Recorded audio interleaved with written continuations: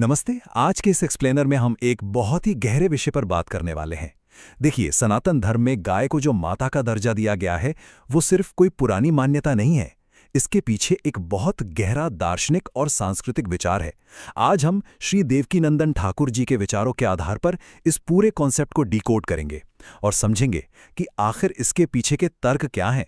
तो चलिए सीधे विषय पर चलते हैं।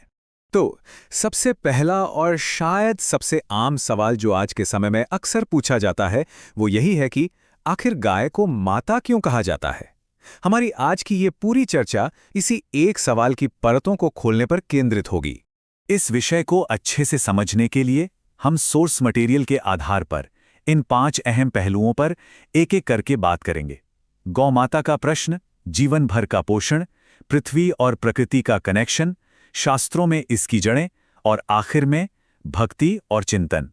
तो चलिए पहले बिंदु से शुरुआत करते हैं, गौमाता का प्रश्न और इसके पीछे की जिज्ञासा। अब इस बात पर श्री देवकीनंदन ठाकुर जी का नजरिया बड़ा ही दिलचस्प है। उनका साफ कहना है कि अगर किसी ने सच में हमारे वेद या पुराण पढ़े हैं या सिर्फ सुने भी हैं, तो वो इंसान ये सवाल कभी पूछेगा ही नहीं। मतलब जिनके विचारों की नींव प्राचीन ग्रंथों पर टिकी हैं, उनके लिए ये जवाब बिल्कुल स्पष्ट है। तो फिर आज के समय में ये सवाल इतना क्यों उठता है?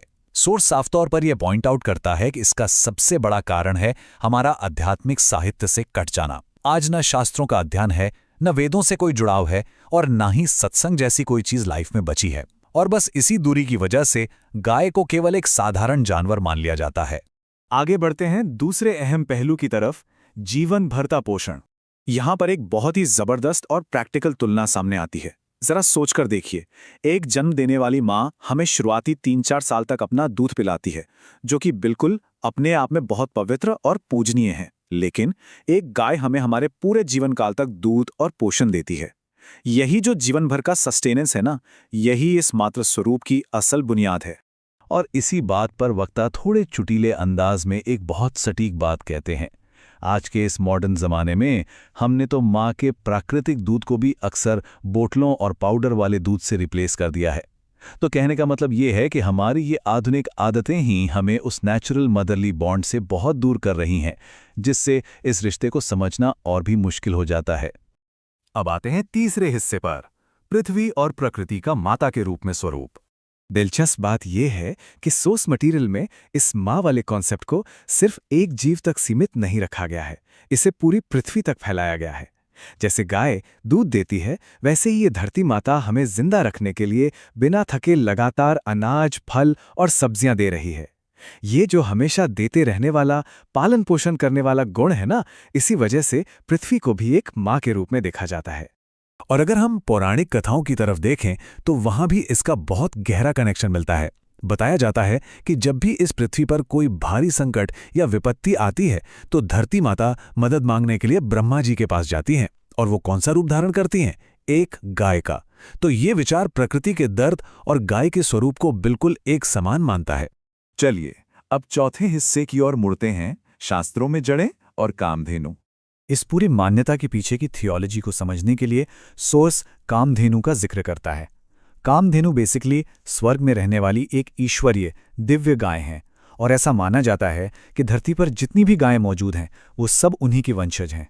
तो एक तरह से ये कॉन्सेप्ट गायों को सीधे स्वर्ग और ईश्वरीय लोक से जोड़ देता है। अगर हम अपने सबसे अहम ग्रंथों की बात करें तो वो इस बात की पूरी तरह से पुष्टि करते हैं। वेद सीधे तौर पर गाय को माता घोषित करते हैं, पुराण भी उनके इस मातृ स्वरूप पर मोहर लगाते हैं। और सबसे बड़ी बात, स्वयं भगवान कृष्ण ने अपने जीवन में व्यक्तिगत रूप से गायों की सेवा की थी। मतलब सनातन धर्म में इस विचार की जड़ें कितनी गहरी और मजबूत हैं, ये हम साफ देख सकते हैं।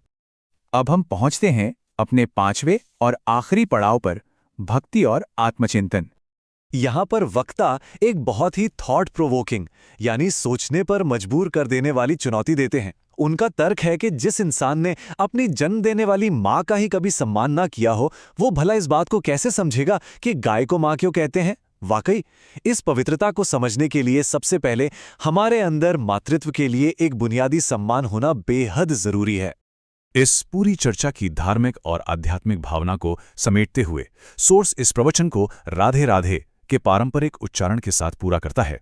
एक तरह से ये श्रोताओं के लिए श्रद्धा और समर्पण व्यक्त करने का एक बेहद सुंदर तरीका है। तो ये पूरा एक्सप्लेनर हमें अंत में एक बहुत ही गहरे सवाल के साथ छोड़ जाता है। क्या हमारी ये प्राचीन परंपराएं और ग्रंथ प्रकृति के प्रति हमारी कृतज्ञता को, हमारे ग्रैटिट्यूड को एक नया रूप दे सकते हैं? अगर हम अपनी जड़ों की ओर लौटें तो शायद हम इस प्राकृतिक दुनिया और इसके दिए गए पोषण को बहुत बेहतर ढंग से समझ पाएंगे। आज के इस एक्सप्लेनर में हमारे साथ जुड़ने के लिए बहुत बहुत धन्यवाद।